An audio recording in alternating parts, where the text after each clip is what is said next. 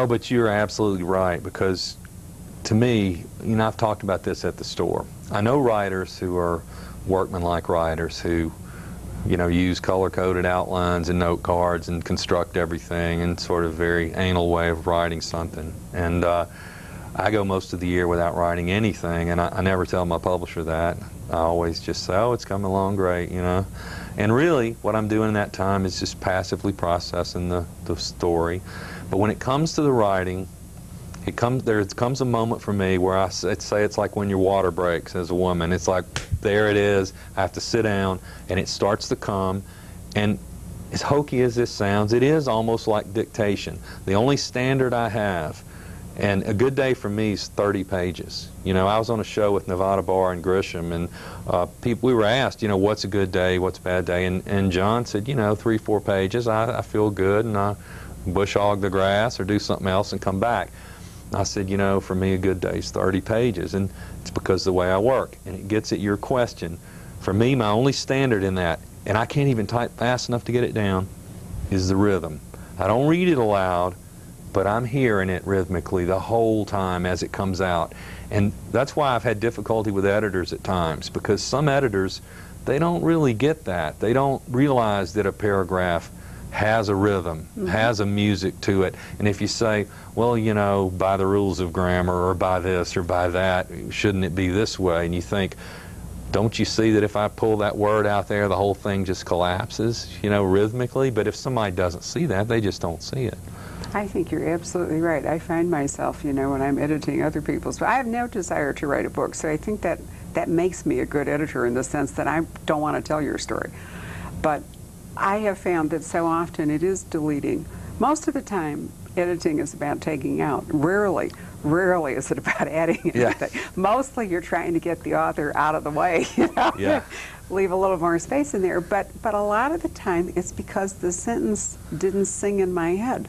It went clunk when I got to 2 extra words, you know. And sometimes I'll stop and I'll just recycle it 3 or 4 times, and I'll think, you know, is that rhythm right? And if it's not, I will say to the author, you know, why don't you do this?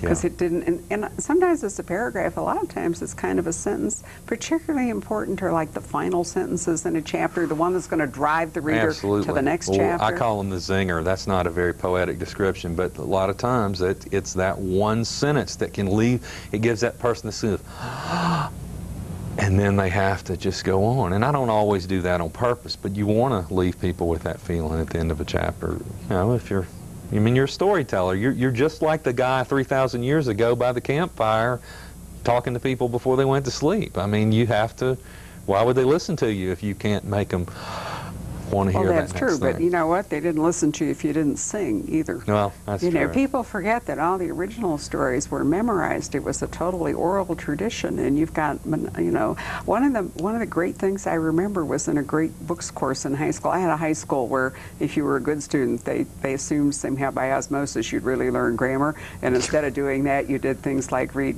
great books. And I still remember when we were reading Homer, and after a while, it became clear that the wine dark sea or Wily Odysseus kept coming up.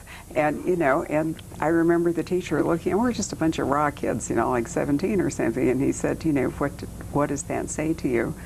And the answer he was trying to get to is that those were the memory cues. Those were the phrases that the storyteller, you know, the full stop, so to speak, they memorized from one set of cues to the next set. Yeah, and he hung the rest of it on those points. But as a result, there was a rhythm, there was a music to all of that, which is what kept people captive. And that's why fragments are important to me. You know, that's why you don't use the rules when you write a novel. You know, you may just, you don't need the subject all the time. You don't need, you know, the adverb, or you don't need the proper thing. Sometimes you just need the thought the way a person really thinks it, you know, or you know what I'm talking about. Now, do you find, because I think this is really interesting too, and I do it myself when I'm writing a newsletter, do you find that with a particular book you will get some buzzword in your head, and no matter how you try, it keeps popping out? It's like the book of the, you know, the word of the book, or the book of the word, or however it goes. I try to avoid that, but that happens, yeah. That's like when you get a piece of a song in there, you know, you just can't avoid it. But Well, you can take it out, but the point is, doesn't it just pop out, and then you have to go back and whack it? I'll see. That's one thing my editors have always had to do is you'll find 3 or 4 times a word will appear within 2 or 3 pages for some reason. I guess that's what you're talking about. It's coming out without you even realizing it.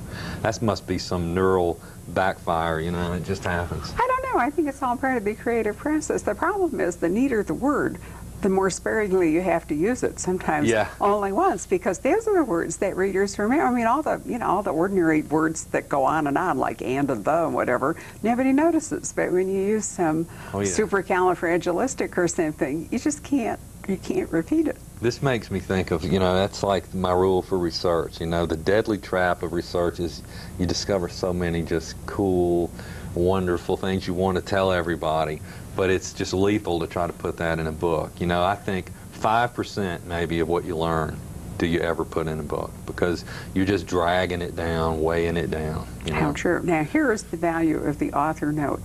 This works really well for people writing historicals, like, let's say, medieval, where you're in some unfamiliar place and all. I really kind of like author notes where you can explain. Let me give you an example. We have an author who's writing about 18th century Venice, and one of her most compelling characters clearly has Tourette's syndrome. Yeah. But we can't talk about it as Tourette's syndrome in the context of 18th century Venice. And she felt at the third appearance of this character, when there's finally a resolution, that she needed to say something about it, and I said, it's the author note. You can't put it in the novel, but you can at the end. You can write a note, and you can... At the end, though, not as you go. Oh, absolutely. No. It's a section and sort of got marks on it to say, don't go here if you don't want to, Yeah, spoilers. To do that. Yeah, but it is kind of a way of dealing with, situations where you do have something that requires a bit of research or whatever put into the book, but you can't really put it in the story. I use those sort of for apologies. I mean, as with this book, someone clearly has to be the villain in every book, and in this book it turned out to be the local sheriff's department, and it so happens that the cops that I've worked with tend to be pretty great guys and everything in real life, and I know here all the people in my home state will read this book and go, God, they're corrupt and they're redneck and they're this and they're that down in Natchez. And so I use that author note to say, please don't infer that this is how it is. Well, see, but that's my point. It gives you an opportunity to be the author,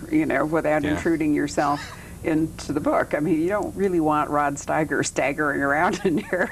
Was it Rod Steiger who was the evil sheriff? That's right. Wasn't it? That's right. One of the things I liked the best about Third Degree was that your character, your not villain, but the tortured character, the really tortured character, there's a spiral into madness, but we're never sure if it really is, and there's always...